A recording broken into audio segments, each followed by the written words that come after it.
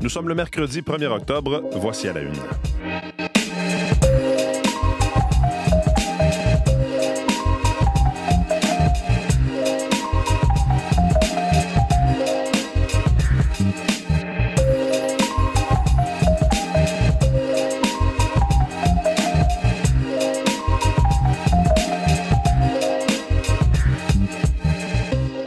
Bonjour, bon mercredi, bienvenue à la une, c'est Mathieu Bellumeur au microphone. Merci d'être avec nous en ce début de journée. J'espère que vous allez bien. On va faire le tour des récents développements dans l'actualité aujourd'hui, évidemment dans les prochaines minutes. Et entre autres, on va parler avec Jean-Philippe Robillard de cet arrêt, cette mise à l'arrêt du gouvernement américain, ou si vous préférez, le shutdown. Donc, les élus n'ont pas réussi à s'entendre. Donc, plusieurs services qui sont paralysés depuis minuit aux États-Unis. On va revenir sur les conséquences donc de cet arrêt du gouvernement à Washington dans les prochaines minutes. Sinon, Julie Jasmine et Véronique Méran, qui est de retour, sont autour de la table. Bonjour à vous deux. Bonjour Mathieu. Bonjour Véronique, vous allez bien? Du coup, je vais très bien. Du coup, vous allez parce que Véronique revient d'un petit voyage en France. Votre voyage a été agréable? Agréable, express, superbe ville, très très beau. Je oui. peux pas me plaindre, vraiment. Non. Mais l'expression du coup est surutilisée en France. OK. Je dirais que oui. Voilà l'observation sociologique de Véronique après quelques jours à Paris et dans la région. Pendant ce temps-là, septembre est fini. Septembre est fini. L'air de rien, ça avait l'air d'un mois d'août, cette histoire-là. Exactement. Qu'est-ce qui arrive en septembre? Le bilan du mois, Ouais. assurément. Septembre plus chaud que la normale, plus sec que la normale aussi. Quand même pas mal. Déficit de précipitation, là, 33 mm à Montréal seulement. La normale, c'est au-dessus de 80. Alors, c'est comme ça un petit peu partout au Québec pour ce qui est des températures et pour ce qui est de la pluie. Septembre, très ensoleillé aussi. Est-ce qu'on bat un record d'ensoleillement? Non, parce que le record, c'est quand même en 2007 avec plus de 257 heures d'ensoleillement. Mais assurément, septembre, au-dessus de 189 heures de soleil, c'est probablement dans le top 10 des mois de septembre les plus ensoleillés. Et je regardais les journées au-dessus de 20 degrés. Oui, c'est ça. Déjà plus de 22 et on n'est qu'en septembre. Ça, c'est plus que la normale de tout l'automne d'habitude. Ah oui, c'est Alors, c'est comme ça à Montréal, mais c'est comme ça à Québec, c'est comme ça à Gaspé, c'est comme ça aussi du côté de Val-d'Or pour ce qui est des journées à 20 degrés. On dépasse tous la moyenne de l'automne jusqu'à maintenant. Alors, voilà le bilan du mois de septembre. Et octobre, on va en reparler. Là. Oui. Mais ça s'annonce bien. l'été n'est pas fini. OK. Bon, oui, c'est pour ça qu'on a l'impression que septembre a passé comme ça, parce qu'il a tellement fait beau et chaud, on n'a pas l'impression d'avoir été véritablement en septembre. OK, on vous revient pour les prévisions des prochaines heures et des prochains jours, dans les prochaines minutes. Le temps de faire un petit coucou à Julie Jasmine pour nous parler de Sale Barbe, un autre groupe qui va jouer avec l'Orchestre symphonique de Montréal. Oui, la première a eu lieu hier soir. On a pu leur parler avant, justement, cette grande prestation. Et ce matin, dans les journaux, ce qu'on rapporte, c'est qu'on ne s'est pas fait prier pour danser. Imaginez, à la maison Sale Barbe, symphonique. ça swing pas mal. Oui, mais tu sais, c'est un endroit qui est plutôt... En général, on est plus assis. réservé, c'est ça. Et on n'a pas attendu la dernière chanson, paraît-il. Ça s'est passé vraiment au milieu. Alors, je vous raconterai ce qui s'est passé hier. Cette fusion des deux univers, le chaos de Sale Barbe et l'organisation de l'OSM. Parfait. On y revient un peu plus tard à l'émission.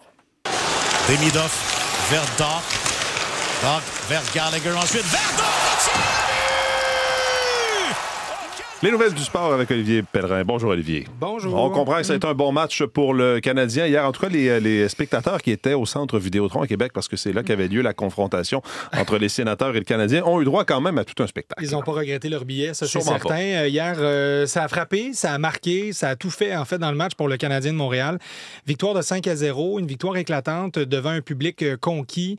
Il n'y a pas trop de partisans des Sénateurs, finalement. Il semblerait que on le voyait aux images, à la caméra, mais il semblerait que sur place aussi, beaucoup de chandails du Canadien de Montréal. Donc, j'ai l'impression qu'on n'a pas boudé son plaisir. On s'est peut-être pas réinvité dans un débat à savoir est-ce que c'est Canadien de Montréal ou Nordique à Québec. Là, je pense que là, on était vraiment du côté du tricolore dans une victoire, comme je le disais, assez éclatante, où on a eu droit, par contre, à plusieurs échauffourées, plusieurs bagarres. Hier, 152 minutes de pénalité, je voyais. Donc, ça vous donne une allure de la rencontre.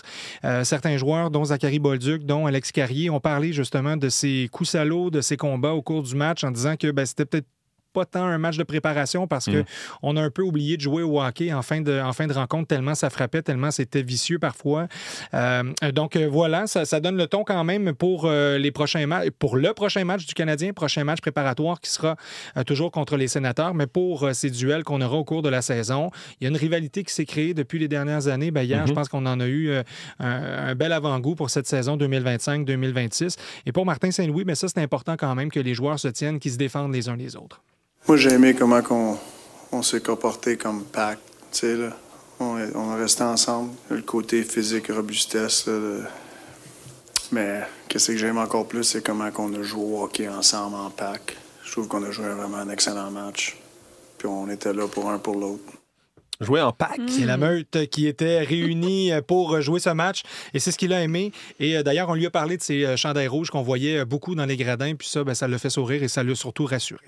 On essaie de ramasser un fan à la fois. Si on fait ça, on fait notre job. T'sais. Tu peux pas contrôler qui c'est qui va aimer le Canadien ou pas l'aimer, mais tu peux contrôler qu'est-ce que tu fais. Ça devient-tu contagieux? On espère, tu sais. Il y en a peut-être, par contre, qui troqueraient leur chandail rouge pour un chandail bleu s'il y avait une équipe à Québec. Ça, c'est certain, mais malheureusement, là, on ne peut pas refaire l'histoire. Non, c'est ça. Donc, et l'équipe demeurera à Québec. On dit qu'il y aura entraînement public ouvert au public gratuit. Il y aura des activités aussi dans la ville de Québec en préparation pour ce match de samedi au Centre Bell contre les Sénateurs toujours.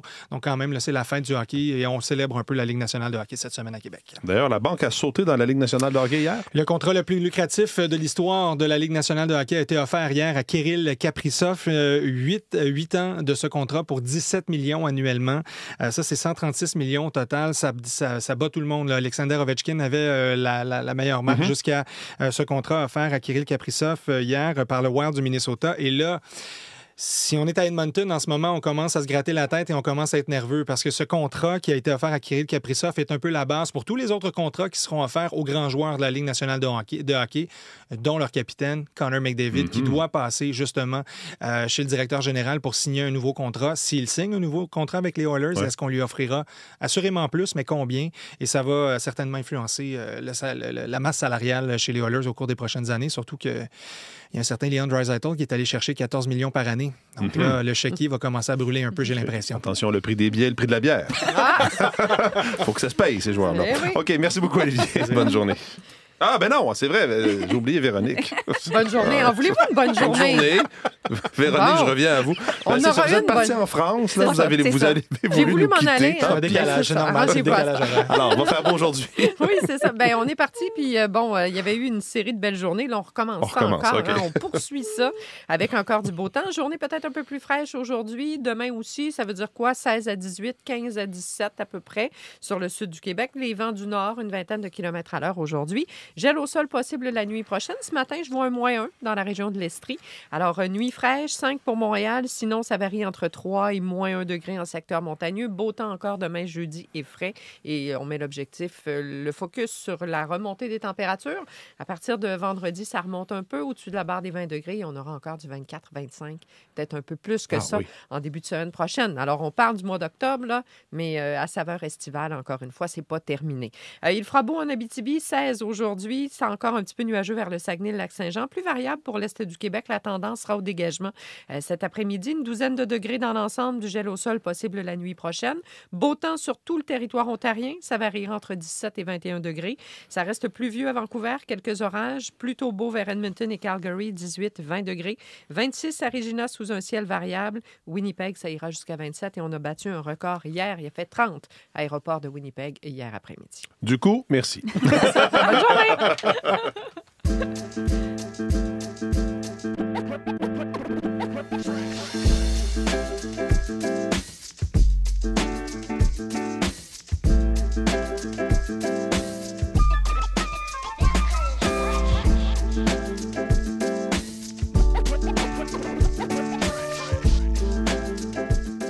À la une des médias ce matin, commençons par le site Internet de Radio-Canada qui titre un article à sa une. Éducation, Lebel va retirer les plafonds d'embauche imposés par Drainville. Des écoles envisageaient de ne pas remplacer des congés de maternité à cause de ces plafonds. Texte de mon collègue Thomas Gerbet et de ma collègue Fanny Bussière-McNicol.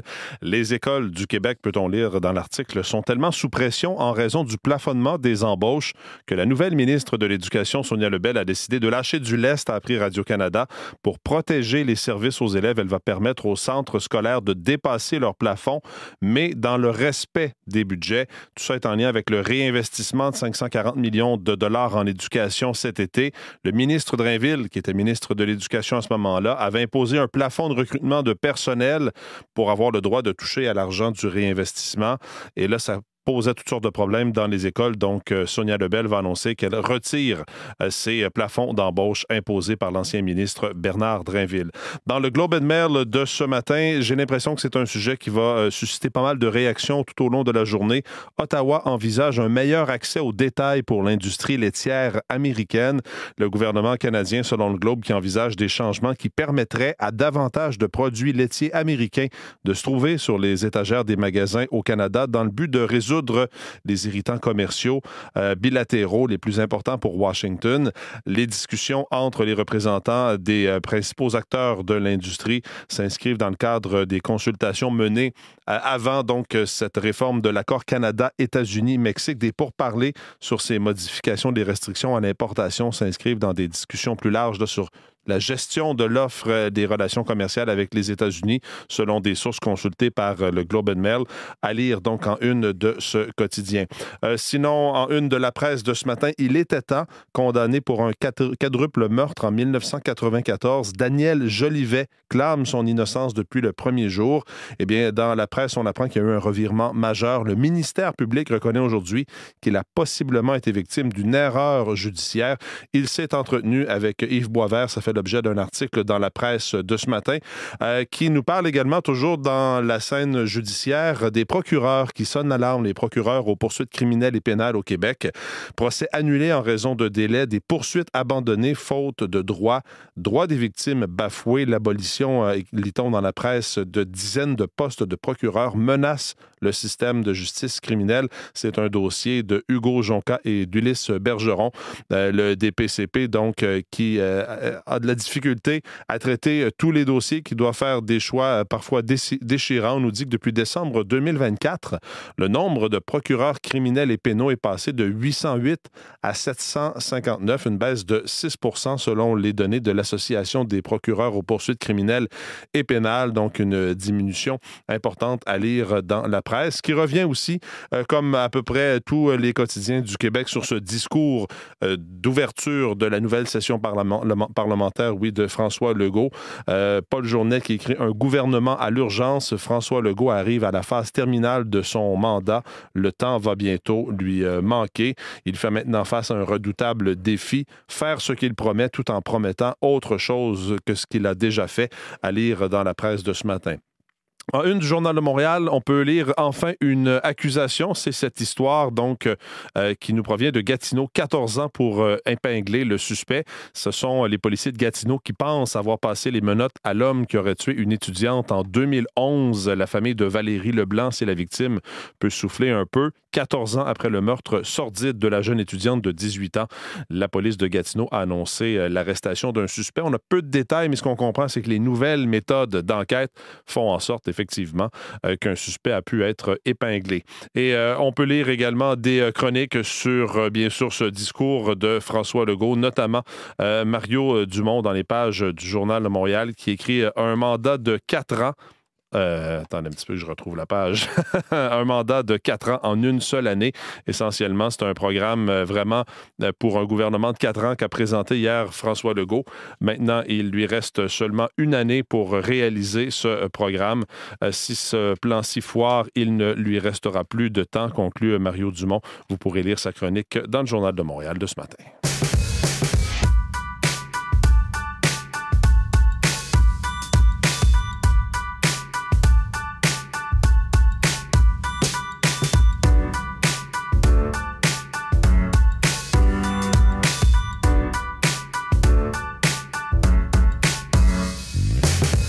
Alors, je le disais au début de l'émission, depuis minuit, le gouvernement américain est partiellement paralysé en raison de cette impasse budgétaire, ce qu'on appelle aux États-Unis le shutdown, une paralysie qui pourrait durer un certain temps puisque les élus républicains de Donald Trump et l'opposition démocrate semblent très loin d'une entente. Jean-Philippe Robillard est avec nous. Bonjour Jean-Philippe. Bonjour Mathieu. Un ultime vote au Congrès, donc n'a pas permis de sauver l'impasse hier soir. Oui, effectivement. Tout ça faute d'accord donc au Congrès vous l'avez dit, entre les républicains et les démocrates. Et c'est un ultime vote qui s'est, lui, déroulé au Sénat.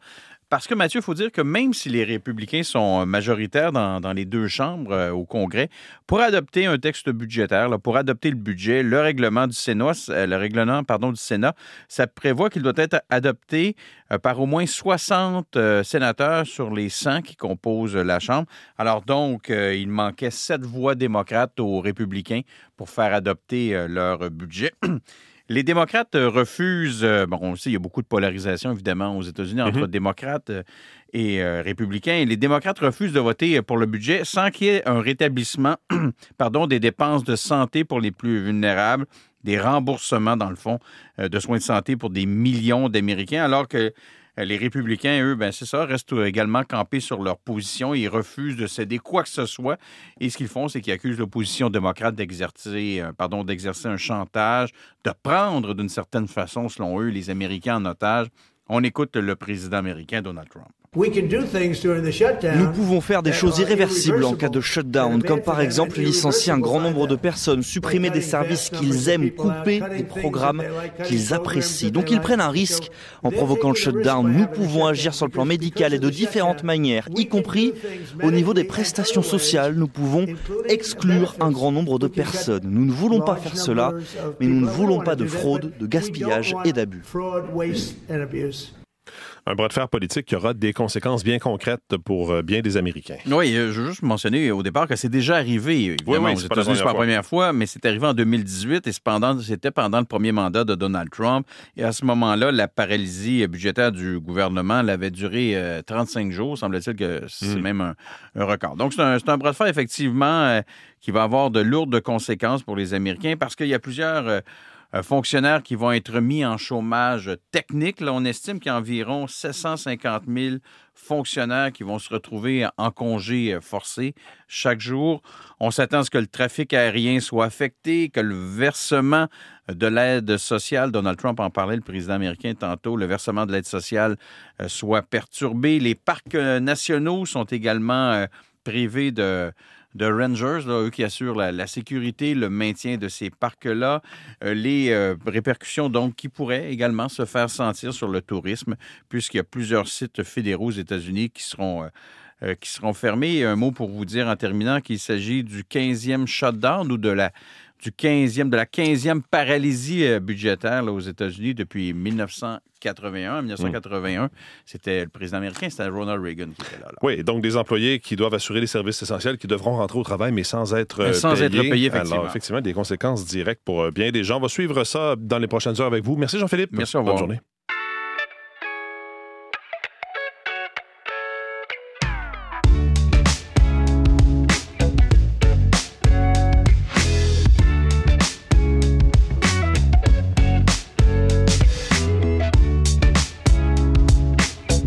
Julie Jasmine est de retour en studio avec nous pour nous parler de ce spectacle de Sale Barbe avec l'Orchestre symphonique de Montréal hier à la Maison symphonique. On a déjà vu ça, des groupes, on pense aux Cowboys fringants, mais même plus récemment au groupe Metal Voivode, accompagné de l'Orchestre symphonique. Hier, c'était les très dansants Sale Barbe qui donc jouaient avec l'orchestre. Soir de première, au départ, on devait faire que 2 soirées et devant l'engouement, on se rend à 4. Okay. Alors, c'est quand même pas banal et c'est sous la direction de la chef Dina Gilbert, des arrangements symphoniques signés Antoine Graton, 70 musiciens de l'OSM. Et c'est surtout ce mélange des genres assez particulier.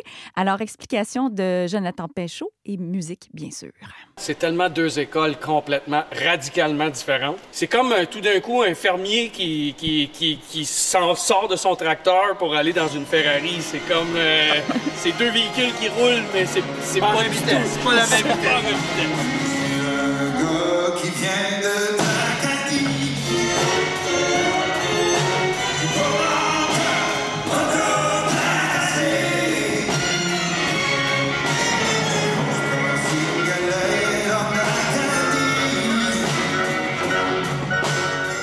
j'aime beaucoup ces mélanges-là. J'adore.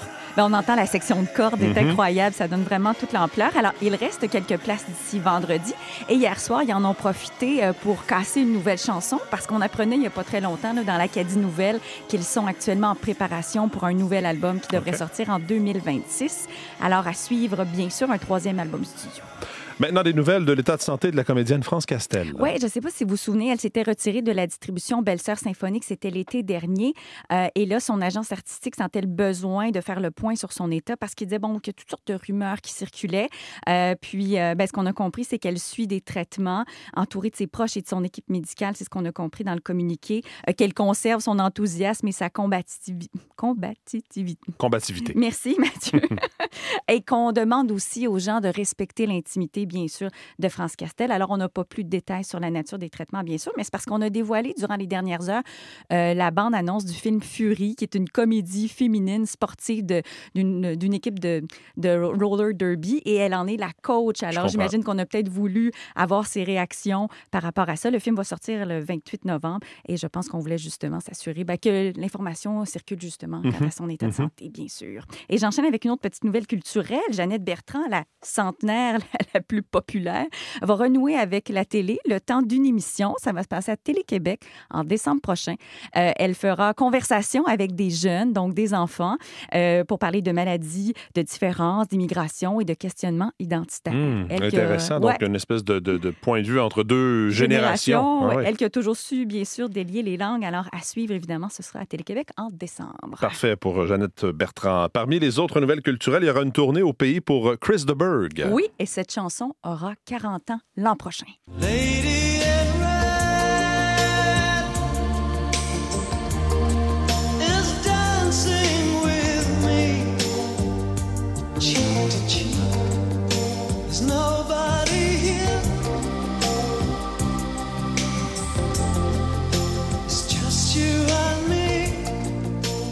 Si le nom Chris de Burgh ne vous disait rien, cette chanson-là doit certainement sonner une cloche. Oui, puis parce qu'elle s'était retrouvée au palmarès dans 47 pays il y a de ça 4 décennies. C'est quand même pas banal. Alors, l'artiste fête ses 50 ans de carrière. Il y a même un album qui est sorti dans la dernière année. En mars 2026, il sera ici, dans 12 villes canadiennes. On parle de Kitchener à Halifax, y compris Gatineau, Montréal, Sherbrooke. Et les billets seront en vente ce vendredi à 10h.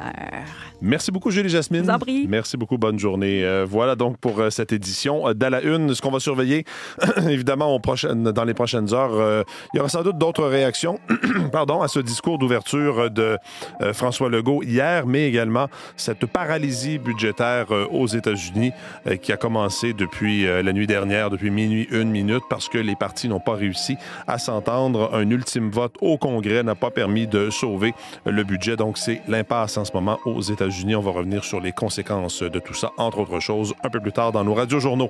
Sinon, vos équipes du matin prennent le relais dans les prochaines secondes. Bonne journée, bon mercredi.